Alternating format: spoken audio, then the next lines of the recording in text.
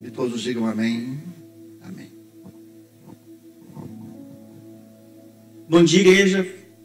Paz seja convosco. Amém. Esse projeto de vida aí parece que não é importante, mas muitas vezes pode ser importante. Vida financeira, assim, só para antes de entrar na palavra. Uma vez eu estava conversando com um amigo meu e ele falando, dinheiro, essas coisas assim, tem hora que fica curto, tem hora que aperta, tem hora que... Né? E ele, Bruno, quando a gente está com Jesus, a gente tem que aprender também a redimir todas as nossas áreas da nossa vida, né? A gente muitas vezes entrega coisas para Jesus, mas só partes dela. A gente não se entrega por inteiro, por completo. E ele falou que a parte financeira também é importante a gente colocar para Jesus redimir ela. Para a gente se controlar. Porque muitas vezes a prosperidade tá com a gente, mas aquilo que a gente tem nos consome e a gente não consegue controlar. E muitas vezes a gente não prospera por uma ambição, né? Sei lá. Mas foi isso que ele falou para mim naquele dia. Eu senti de compartilhar aqui. Eu sei que esse projeto de vida tem várias coisas pessoais que a gente vai colocar neles ali, né? Mas é importante a gente colocar para orar sobre. Amém? Hoje é culto de missões. E ontem à tarde eu peguei para ler um pouco, meditar. E eu tinha uma coisa em mente. Aí quando eu estava meditando veio outra coisa. Mas as duas se completaram. E como eu sempre digo, eu espero que no final tudo faça sentido. Mas a palavra... Eu até coloquei um tema, missão impossível. E muitas vezes essa missão que a gente tem, ela pode se tornar impossível dependendo do ponto de vista da gente. Depende de como a gente lida com isso. Porque a gente sabe que quando a gente está com Deus, as coisas... Aquilo que é impossível já não é mais impossível, se torna possível, né? Porque Ele faz acontecer. E assim... o texto que eu quero ler com vocês, quero começar porque eu vou ler alguns. Eu quero ler o texto de Mateus 22, versículo 39. Quem puder colocar lá, fazendo um favor, é um texto bem conhecido.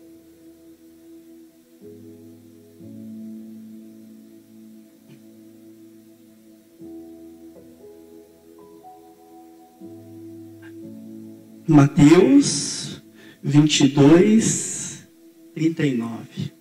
Tá lá? É um texto que eu acho que vocês conhecem. E diz o seguinte. E o segundo é semelhante a esse. Ame o seu próximo como você ama a si mesmo. Ame o seu próximo como você ama, né, a si mesmo. Essas são as palavras de Jesus. Vamos baixar nossa cabeça mais uma vez. Vamos colocar esse momento diante de Deus. Pai, aqui está a tua palavra. Eu peço que a sua palavra ela nos confronte. Eu peço que a tua palavra hoje nos encontre, Pai. Fala ao nosso coração, fala à nossa mente, Pai, amado. Nos constrange diante da tua presença, Pai. Ministra o nosso mais íntimo, Senhor.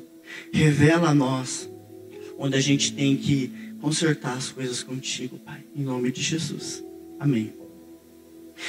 Um dos pontos que eu quero, antes da gente entrar aqui um pouco no texto, existe uma guerra que a gente não vê, mas é uma guerra que a gente pode falar que é invisível, né? E pela nossa atenção.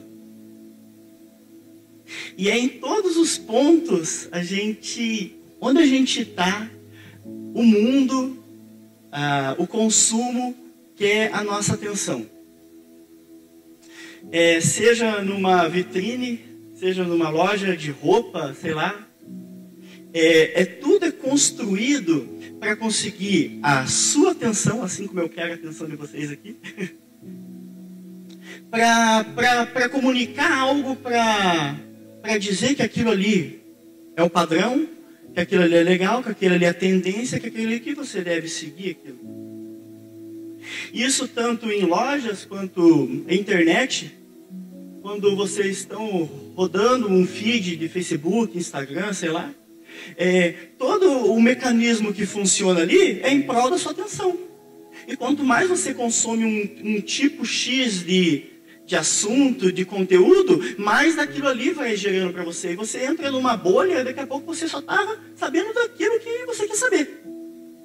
Ele tem todo um mecanismo que faz, tipo, aquilo ali. Porque eles querem a tua atenção.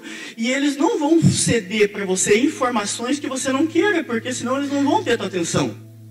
Porque quando você vai estar rodando ali, você clicou numa paisagem. Pode ter certeza que daqui para frente vai começar mais paisagens. Você clicou em alguma coisa de futebol, vai aparecer mais coisas sobre futebol, porque tudo é projetado para conseguir a sua atenção.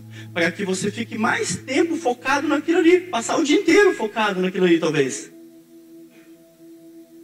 Não é só comigo, mas quem já passou, sentou num sofá numa tarde. Deixa eu dar uma olhadinha para ver como está minha rede social. Né? Sentou depois do almoço, domingo. Aí 2 horas. Aí quando você viu, já era 5 horas da tarde. E falou, meu Deus. Daí você fala, nossa, que desperdício. Só rodei. Porque tudo isso é criado realmente para conseguir a tua atenção. Para pegar aquilo ali, a tua atenção, e você ficar vendo aquilo. Contemplando aquilo, né? E aquilo ali vai cedendo mais informações para você daquilo que você quer. Certo? É comigo isso ou já com vocês também acontece? E assim, existe essa guerra travada com isso. E quem, além disso, quer o nosso tempo, quer o nosso olhar, é Deus também. Deus, Ele quer o nosso olhar nisso. Ele quer os nossos olhos também. Né? E assim, tem um outro ponto aqui que eu quero trazer para vocês, que além de nossa atenção, a gente já vai entrar no texto e vai começar a fazer sentido. Tem uma parte que diz que a nossa missão, a missão nossa como igreja, a missão nossa como filhos de Deus, é a gente ser representante e embaixador de Cristo. A palavra diz que a gente é esse embaixador, a gente é representante dele. A gente usa um termo muito conhecido no nosso meio, e quando a gente termina uma oração, a gente termina em nome de Jesus. Né? É quase que uma mágica, né? Não sei o que, em nome de Jesus. Mas quando a gente fala esse termo em nome de Jesus, é como se fosse um representante. Quando chega um advogado e fala assim, eu vim aqui em nome de Beltrano, eu vim aqui em nome de Ciclano, você é um representante daquele nome. Você é um representante daquela pessoa. E nós, como os filhos de Deus, e como cristãos, a gente é representante do Cristo. A gente é representante de Jesus. Só que a gente só pode ser representante de Jesus e ser uma referência, um espelho dele, se a gente contemplar ele. Porque a gente vai ser parecido com ele. E as pessoas vão poder olhar para a gente e falar, realmente, ali é alguém parecido com Jesus.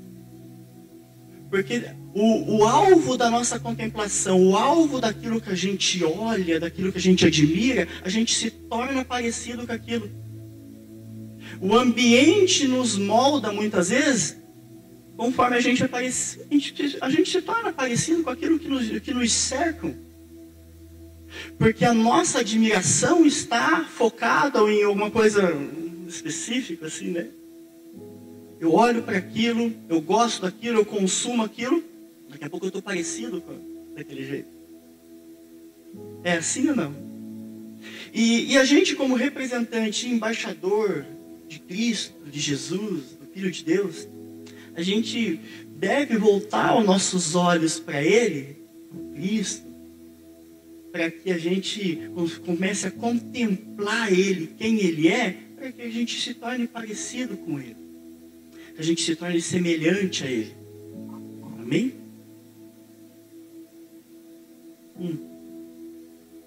E assim, minha introdução tá grande hoje, gente, mas eu já vou pro texto.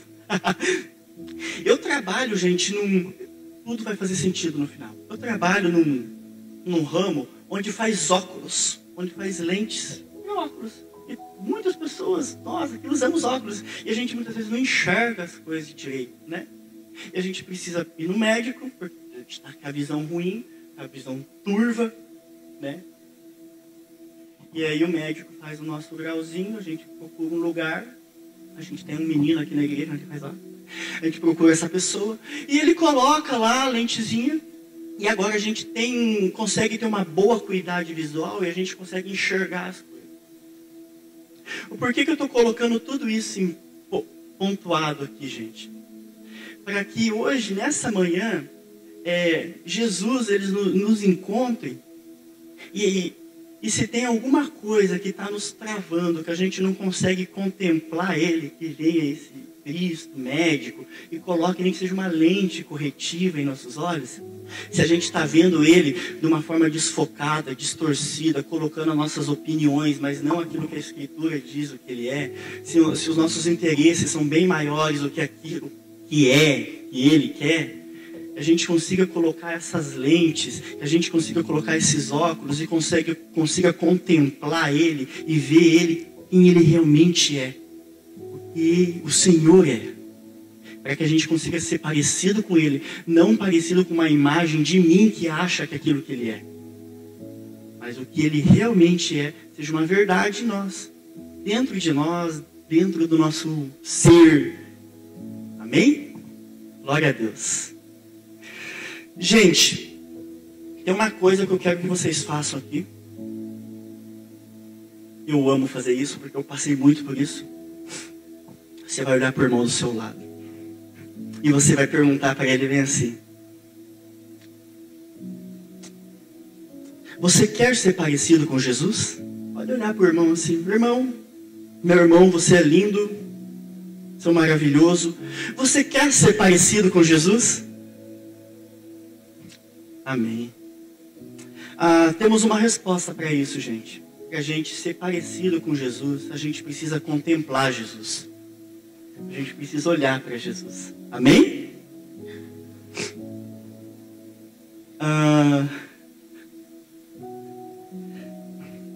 E tem duas coisas que eu meditando ontem, eu percebi. São várias coisas que nos afastam de Cristo.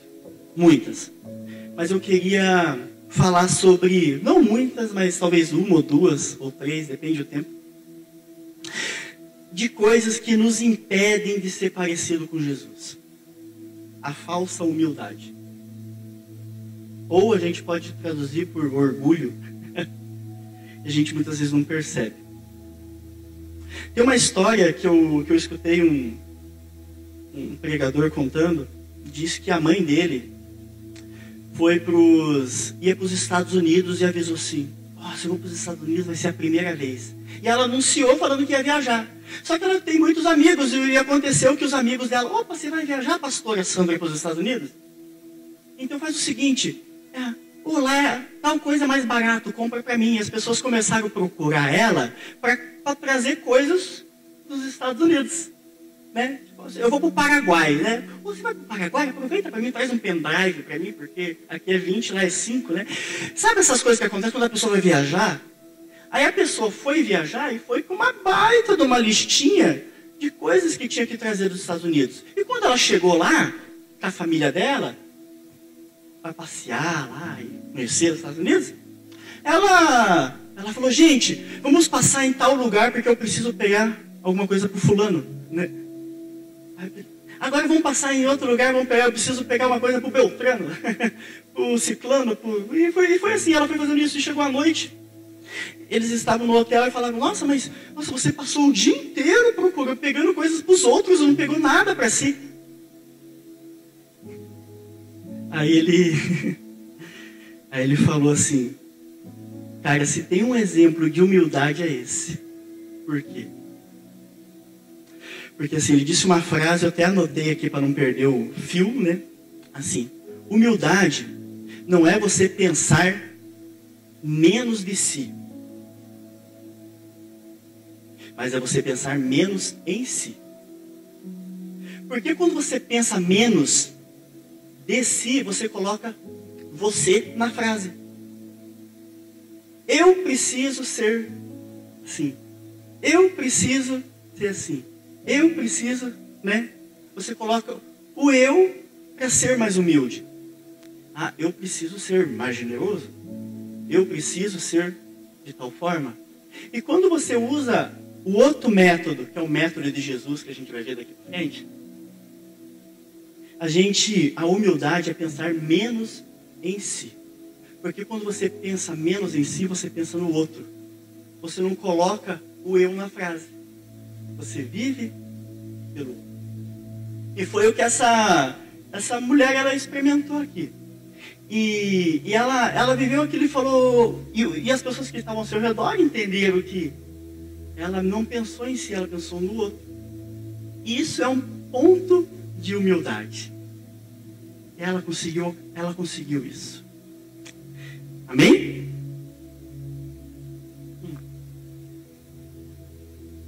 Gente, agora chega de introdução, né? Vamos para a palavra. A gente começou com aquele texto, mas eu gostaria de ler um outro texto com vocês, que está lá em Lucas 22, 24.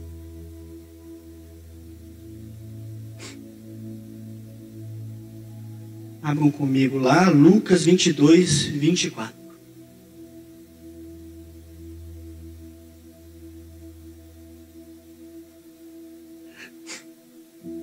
Gente, eu tô meio resfriado, tá? Desculpe porque ficar fazendo assim, mas... Lucas 22, 24 diz assim. Abriu comigo aí? Houve também entre eles uma discussão. Pega essa palavra, discussão. Sobre qual deles parecia ser o maior.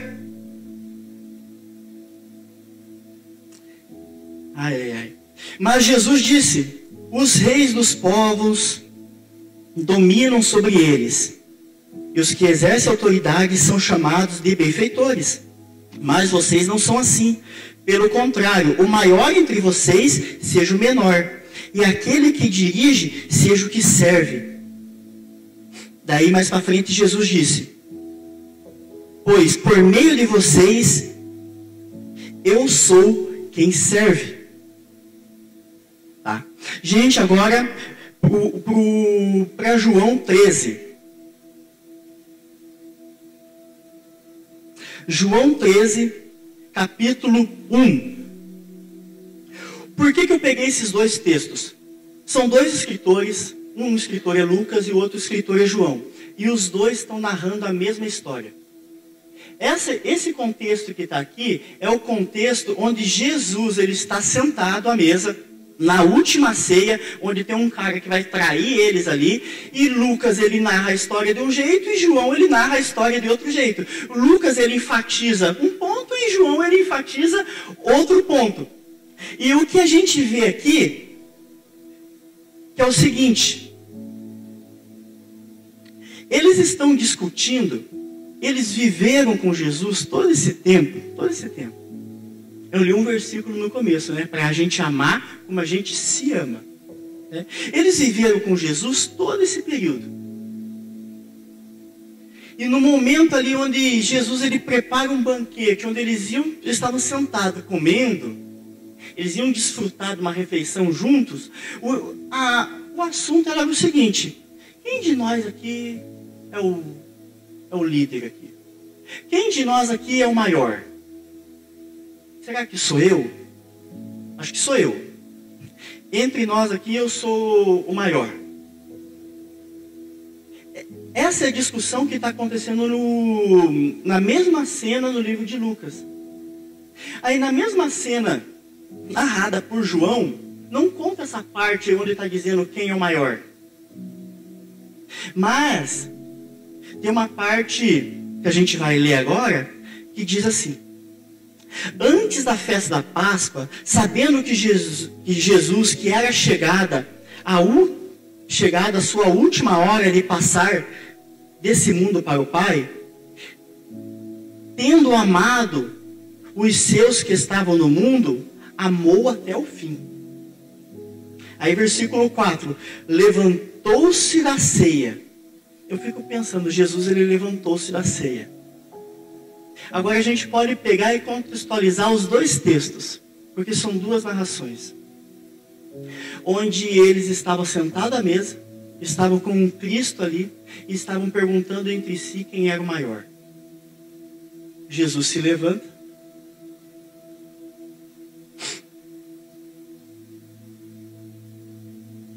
tirou a vestimenta e pegando uma toalha, cingiu-se com ela. Em seguida, Jesus pôs água em uma bacia e começou a lavar os pés dos seus discípulos. A forma da gente olhar foi como eu comecei aqui, né? A gente se torna parecido com Jesus quando a gente olha para Jesus. A gente pega olha para Jesus. A gente pode contemplar Jesus aqui. Nessa situação onde os discípulos estavam discutindo quem era maior, Jesus ele se levanta da mesa, tira parte de cima de sua vestimenta, vai lá, pega uma toalhinha. Imagina o constrangimento. Está todo mundo comendo na mesa, aquele tumulto, sei o quê, eu, você, não, pá. Eu acho que Jesus ele se levanta, né? Vai lá, pega uma toalhinha, pega um balde d'água, se abaixa e vai lavar o pé dele. E diz assim: vocês querem ser o maior, vocês querem ser vistos, mas me contemplem, olhe para mim, olha como que eu faço assim, eu lavo o pé de vocês. E lavar os pés é a coisa mais, era coisa de servo fazer. Porque quando alguém chegava na casa de alguém para visitar, não é que nem hoje em dia tem asfalto, tem calçada para a gente andar. Era deserto, era pó, nem chovia. Olha, quando chovia. Então os pés estavam muito sujos. Jesus ele vai lá nessa parte de humilhação, como servo, e lava o pé deles. Enquanto vocês estão discutindo o que vocês querem ser, eu quero que vocês contemplem a mim e olhem para mim pelas minhas atitudes e vejam como eu faço. Eu faço assim. Amém?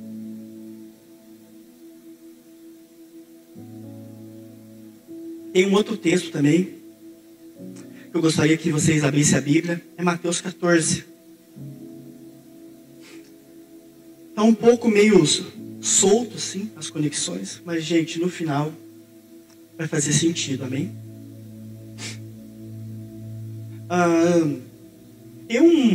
Antes da gente ler esse texto, tem uma passagem em que Jesus ele se retira para o deserto. Onde ele vai fazer um período de consagração, de jejum. E nesse período onde ele está no deserto, nesses 40 dias, ele é tentado no deserto a fazer algumas coisas. E lembre que quando você está num período como esse, você está escasso de recursos.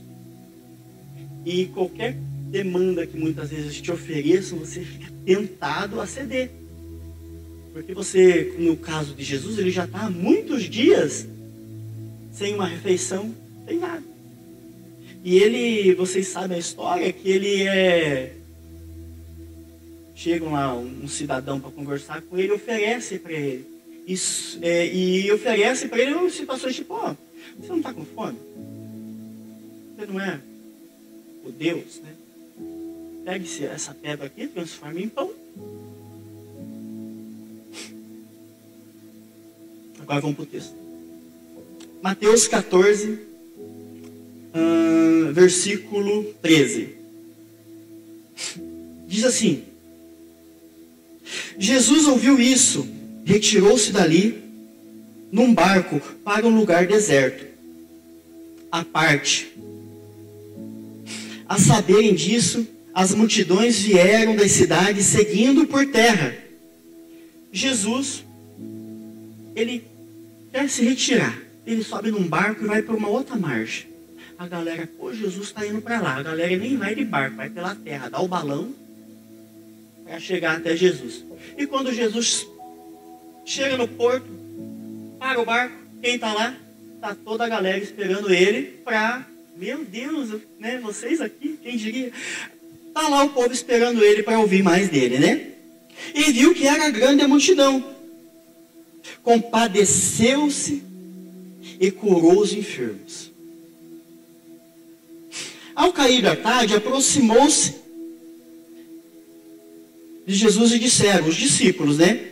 Esse lugar é deserto, já é tarde, manda essa multidão ir embora, manda eles ir para lá, porque se eles saírem agora, talvez ele encontre algumas aldeias aí, eles consigam comidas para si. É isso que está acontecendo aqui. Aí Jesus, não vou fazer isso aí não. Deem vocês de comer. Aí os discípulos, não, mas eu só tenho aqui, quanto? Eu tenho aqui, senão, 5 pães e 2 peixinhos. Gente, muitas vezes nesses momentos assim que a gente tem poucas coisas em nossas mãos, é esse pouco que Deus pega e pode transformar em muito. Mas depende como a gente olha, depende como a gente vê. Depende o que a gente está contemplando e depende daquilo que a gente está cercado. Depende como que a nossa vida está construída para a situação.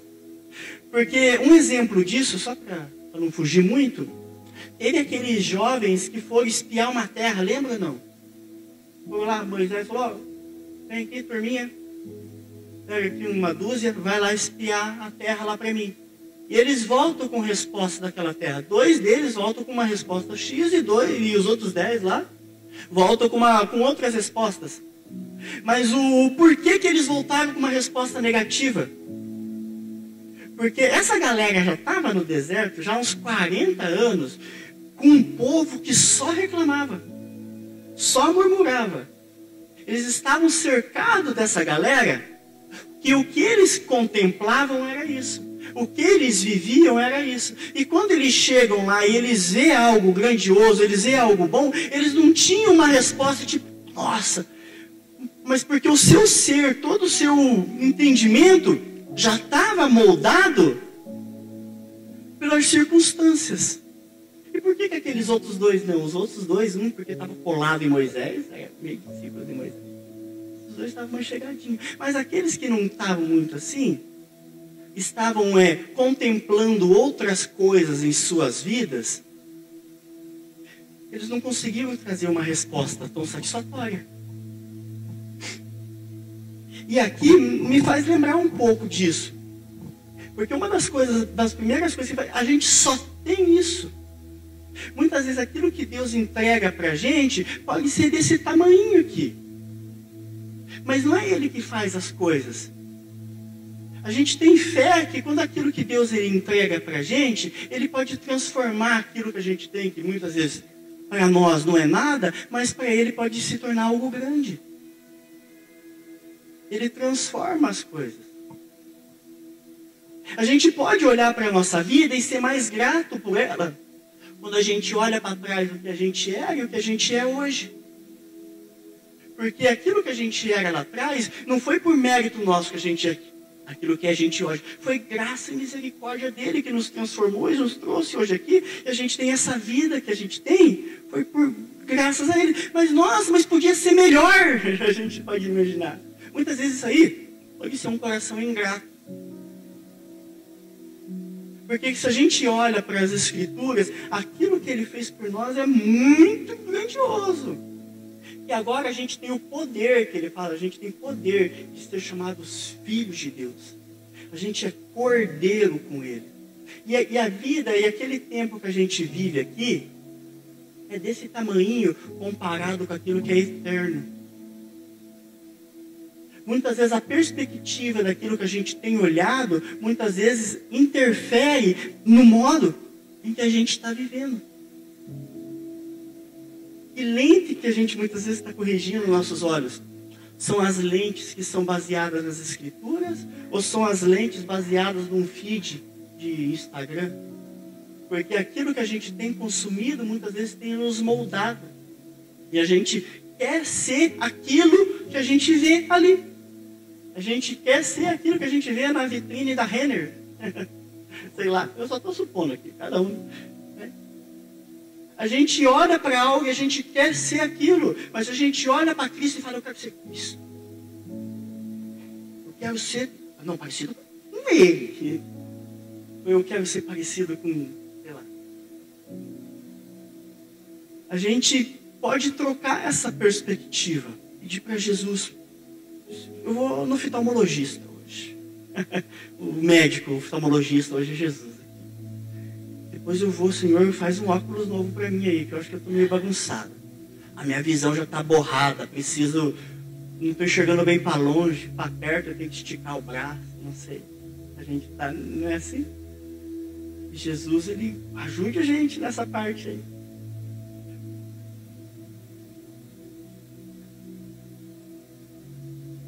É 11 horas, vamos lá. Gente, e eu sei, eu vou contar aqui um testemunho. Não cheguei a concluir ele, mas é só para embasar que muitas vezes, nesses momentos que a gente pensa que está apertado, está difícil, vem um monte de ideia ruim na cabeça da gente. Fim de ano, semestre da faculdade, final assim, que a gente tem que entregar um monte de trabalho, e aquela loucura assim, não sei, porque a gente deixa acumular tudo no final. Aí, estourou meu prazo de entregar um trabalho. Aí, e um colega meu, ele conseguiu entregar o trabalho. Gente, o que veio no meu coração? Eu posso fazer o seguinte, na minha mente, no meu coração. Eu posso pegar parte do meu trabalho, e a última capa do trabalho dele, que está com a assinatura do professor, e entregar meu trabalho, e está tudo resolvido, eles não vão nem saber. Veio isso, aí eu falei, eu pensei comigo, nossa, uma solução genial, eu vou ter minha nota, é uma coisa que tem que fazer mesmo, ninguém liga. Aí, na hora que veio aquilo ali, eu pensei comigo, meu Deus, que misericórdia. Porque isso aí é corrupção. É corrupção. A gente muitas vezes critica o governo, corrupto, não sei o que, aquela coisa, né? Mas nas coisinhas pequenininhas a gente tá igual. Eu falei, não, nem que eu reprove, nem que eu pague de novo a matéria. Eu falei, não vou fazer isso. Mas é aquilo que sobe. Por que eu falei isso? Naqueles momentos tipo de, nossa, de pressão. Nossa, eu preciso resolver isso. Eu preciso fazer alguma coisa. Aí vem uma ideia brilhante dos infernos, né? Mais ou menos. Não é do Espírito Santo. Certeza que não é. Vou resolver minha vida. Nossa, mas eu tenho que pagar de novo. Matéria no próximo semestre para fazer? Não vou fazer isso. Mas eu não fiz. E deles, no outro dia, eles esticaram para a gente poder entregar depois a matéria. Glória a Deus. Não ia ter que pagar. Mas eu ia assumir com as consequências. Isso é quando a gente comete um pecado, a gente arca, tem a consequência. A gente é perdoado, mas tem a consequência. Mas é esses recursos escassos que a gente tem, que quando a gente olha para Jesus, a gente pode contemplar Ele, a gente arcar com aquilo ali e acreditar nele, que pode estar certo. Amém? E, gente, para concluir aqui, eu vou ler de novo o versículo que a gente abriu a mensagem, que eu comecei falando sobre que seria muitas vezes uma missão impossível, mas depende do nosso ponto de vista. E a resposta para a gente caminhar com Jesus e deixar isso que é impossível, possível, é contemplar Jesus. Amém? Então eu comecei lendo Mateus 22, 39. A gente vai ler ele. De novo. E depois a gente vai ler João 13, 34. Mas vamos lá primeiro para Mateus 22, 39.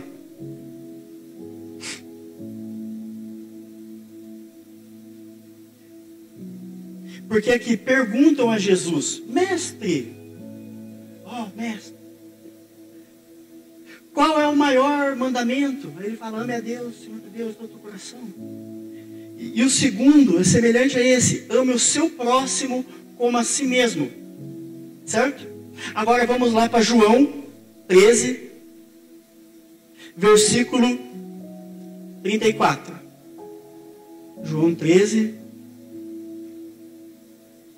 versículo 34. Parece contraditório, mas tem um contexto. Nossa, mas Jesus ele falou uma coisa, depois ele falou outra. Vamos lá. Novo mandamento. Eu lhe dou um novo mandamento: que vocês amem uns aos outros, assim como eu os amei. No texto de Mateus, Jesus fala: ame uns aos outros como a si mesmo. Por que Jesus ele fala uma coisa lá, e aqui em João ele fala outra coisa? Porque teve um divisor ali. Isso aqui é depois da ceia já, gente. Aqui já é no finalzinho. Aqui é antes da crucificação. Lá não. Quando ele falou para os discípulos naquele momento, ele falou: amem, porque é o que eles entendiam. Eles não conheciam Jesus. Eles não tinham contemplado Jesus. Eles não tinham vivido com Jesus ainda. Então vocês amem uns aos outros, assim como vocês se amam. Agora, depois. Aqui já tinha passado a ceia. Jesus estava prestes a morrer. Já tinham contemplado Jesus. Agora vocês amem uns aos outros, assim como vocês me contemplaram. Como eu amei vocês. E o amor que vocês têm agora, dessa contemplação que vocês viveram comigo, agora vocês usem isso como exemplo. E amem uns aos outros, assim como eu amei vocês. Que esse amor transborde em nós. Amém, gente? É isso que eu queria compartilhar com vocês. E eu gostaria que vocês ficassem de pé, para a gente orar. Eu espero que, assim como essa palavra falou comigo, tenha falado com vocês. Nem que seja um pouquinho. Tenha ministrado o coração de vocês. E o Espírito Santo tenha nos encontrado, falado com a gente, e que a gente coloque diante de Deus agora e fale isso: Jesus, o Senhor